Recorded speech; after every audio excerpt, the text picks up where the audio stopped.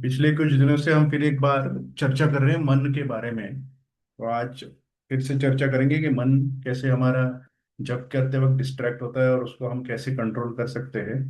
ये पहले देख चुके हैं बट एक बार फिर से हम और अच्छे से चर्चा करेंगे इसके ऊपर। तो इसमें ये श्लोक आता है भगवत गीता 6.26 में। जैसे सिक्स छठा अध्याय आपको पता है, ध्यान योग के बारे में है, ध्यान कैसे करते हैं और जब, ये भी एक ध्यान का ही स्वरूप है। और यहाँ पे भगवान ने बताया है कि अर्जुन ने पूछा था कि मन को कैसे कंट्रोल करें। तो भगवान ने ये बताया था कि यतो यतो निश्चलति मनश्चंचलम अस्थिरम ततोस्ततो नियमेत आत्मन्नेव वशम नयेत। मतलब यहाँ पे मन जो होता है अपना इधर उधर भागता रहता है, वो मन का स्वभाव ही वैसा है, उसको हम कुछ कंट्रोल नहीं कर सकते। मन को कभी एक जगह पे शांत कभी भी नहीं रख सकते। तो उसको बार बार वापस लेके आना है, हमारे जब जब की ओर लेके आना है। और यही उसको कंट्रोल करने की, यही यही एक तरीका, और कोई कंट्रोल करने का तरीका है भी नहीं। मतलब बहुत सारे लोग बताएंगे कि शांति से बैठे रहना, एक जगह पे शांति से बैठ के रहना, वो कभी होता नहीं है। मन को शांत रखना पॉसिबल ही नहीं है। तो जब भी हमें कभी, हमें भी अनुभव होता है कि हम रेगुलरली जब करते हैं तो कभी माला हाथ में लेने के बाद अगले ही सेकंड में वो मन कहीं कुछ और सोचने लगता है कि एक जगह से दूसरी जगह, एक विचार से दूसरे विचार में। और ऐसे वो मन भागता रहता है कंटिन्यूअसली। और हमें पता है कि मन चंचल और अस्थिर है। चंचल मतलब एक जगह जगह पे नहीं रहता, और अस्थिर मतलब हमेशा भागता रहता है। और इस तरह से भगवान ने ये बता के इसका इंस्ट्रक्शन भी बता दिया कि उसको कैसे कंट्रोल करना चाहिए।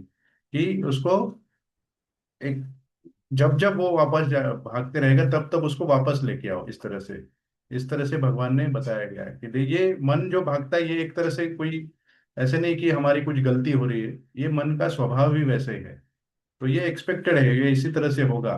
तो परंतु उसको वापस लेके आना ये हमारी जिम्मेदारी, ये हमारी चॉइस है कि उसको वापस लाना है कि नहीं लाना है, ये हमारी चॉइस है और हमें वही करना है कि वापस लेके आना है।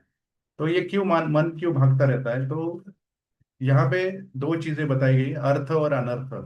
तो अर्थ मतलब जो जिसको कुछ वैल्यू होते हैं, जिसकी कुछ कीमत होती है, जिसकी जिसकी जिसको हम समय दे सकते हैं, ऐसी अर्थ। और अनर्थ मतलब कोई भी, उसकी कोई वैल्यू नहीं होती, उसको समय देना भी हमारा वेस्टेज होता है।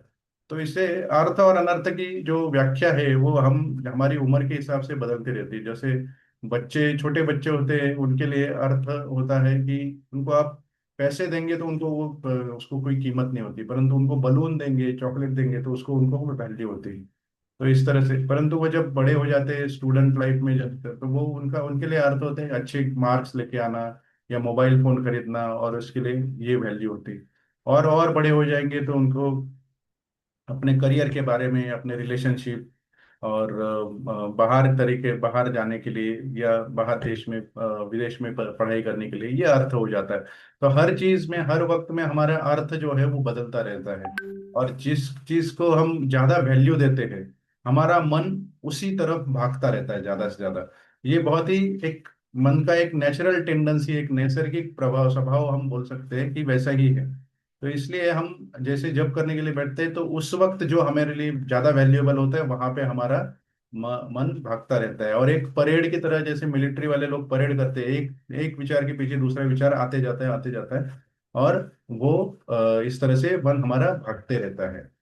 ठीक है। तो ये ये जो प्रॉब्लम है, ये मन का चंचलपना भी है, परंतु ये वो कुछ किस वजह से हो रहा है कि हम किस चीज को ज्यादा वैल्यू देते हैं, किस चीज को कम वैल्यू देते हैं। ये यही एक कारण होता है डिस्ट्रैक्शन के लिए। तो डिस्ट्रैक्शन जो होता है, मन विचलित होता है, तो ये श्रीमद् भागवत के 7वें स्कंद में ये एक श्लोक आता है, प्रहलाद महाराज बताते हैं कि बहिर्थ मानिना। तो मतलब अर्थ मानिना मतलब जिसको हम ज्यादा वैल्यू देते हैं, अट्रैक्शन, अर्थ मानिना जिसको हम वैल्यू देते हैं। और बहिर मतलब जो एक्सटर्नल, बाहर की तरफ जो होता है। तो जो बाहर की चीजें होती है उसको हम ज्यादा वैल्यू देते हैं, जो जो जहाँ पे ज्यादा चमक धमक वाली चीज है उसको ज्यादा हम वैल्यू देते हैं, और हमारा मन उस तरह से भागता रहता है। तो प्रभुपाद ने एक जब वो कनाडा में थे तो उन्होंने एक उदाहरण दिया था कि वहां पे देखा कि एक आइसक्रीम बेचने वाला वहां पे जा रहा था, और बच्चे, कनाडा में आपको पता है वहां पे ठंड ज्यादा होती, तो वो आइसक्रीम बेचने वाले के पास बच्चे भागते भागते गए। तो प्रभुपाद ने कहा कि ये माया है, क्योंकि वहां पे ठंड है, और इस ठंड में भी लोगों को आइसक्रीम खाना है। तो ये एक तरह से माया है। तो ये जो डिस्ट्रैक्शन जो होता है हमारा विचलित, ये ऐसे अचानक से कभी नहीं होता है। ये डिस्ट्रैक्शन होता है हम किस अल्टरनेट अट्रैक्शन, मतलब ये चीज छोड़ के दूसरी चीज की तरफ हम ज्यादा अट्रैक्ट हो रहे हैं, वो डिस्ट्रैक्शन होता है। ठीक है। तो इसलिए हमें कुछ और ज्यादा वैल्यूएबल लगेगा तो हमारा मन वहां पे ज्यादा भागता है। तो जब हम भगवान कृष्ण के बारे में सुनेंगे, उनकी नाम गुण रूप लीला इसके बारे में चर्चा करेंगे, तो जैसे अर्जुन का मन भगवान की तरफ लग गया था, तो वैसे ही हमारा मन भी भगवान की तरफ लग जाएगा। उनकी हमें लीलाएं सुननी चाहिए कि उन्होंने कैसे भगवत गीता बताई, कैसे पूतना वध किया, राक्षसों का उद्धार किया। ये सब उनकी लीलाएं हम सुनेंगे तो हमारे जो एक आदर होता है, रिस्पेक्ट होता है भगवान के प्रति, वो बढ़ते रहता है। और जैसे रिस्पेक्ट बढ़ेगा तो एक हमारा एक प्रामाणिकता भी बढ़ेगी, और हमारा ध्यान भी उस तरह से लगना शुरू हो जाता है। ठीक है। तो ये जबरदस्ती करने की चीज नहीं है, ये एक धीरे धीरे होने वाली चीज है। तो इसके हमें प्रैक्टिस और अभ्यास से ही ये होता है। तो हमें क्या करना है कि जहाँ पे हमारा मन भटक रहा है, वो उसको हम ध्यान में लेके आना है।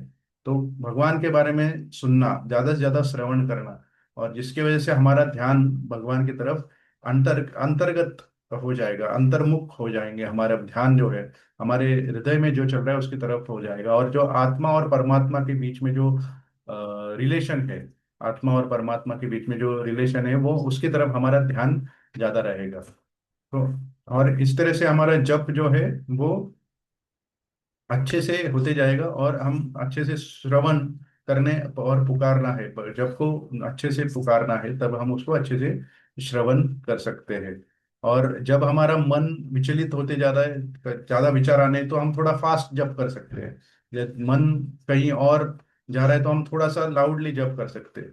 तो इस तरह से मन को वापस लाने के ये तरीके भी बहुत सारे हैं। अपने आप आपको भी पता लग जाएंगे कि क्या तरीके होते हैं, कि किस तरह से हम मन को वापस ला सकते हैं। परंतु सबसे इंपॉर्टेंट यही चीज है कि मन जब भी भाग रहा है तो उसको वापस लेके आना है जप की तरफ, उसको श्रवण करते वक्त करना है। हमें जप को श्रवण करना है, जो हम भगवान का नाम ले रहे हैं, उसको श्रवण करते करते ही हमें जप करना है। यही सबसे इम्पोर्टेंट चीज है। तो एक इसका आज का शॉर्ट फॉर्म है कि आरती। तो जो मन जो होता है, जो जिसकी हमें कामना होती है, इच्छा होती है, वहां पे मन भागता रहता है, और जिस चीज को हम ज्यादा रिस्पेक्ट देते हैं उसको उसकी तरफ मन आकर्षित होता रहता है। तो इसलिए हमारा मन जो है हमें भगवान की तरफ मोड़ना है। कैसे मोड़ेंगे? श्रवण की तरफ, श्रवण से।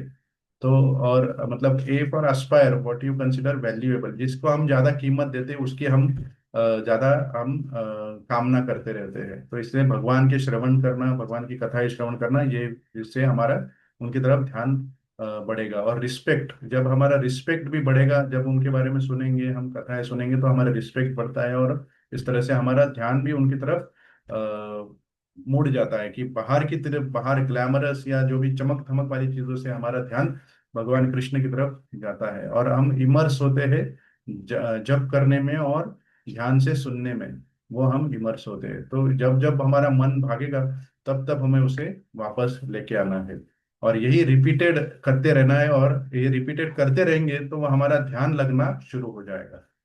ठीक है। तो इसी भाव के साथ आज हम जप करेंगे। तो आप सबसे अनुरोध है कि आप अपना जप शुरू कर सकते हैं। हरे कृष्ण।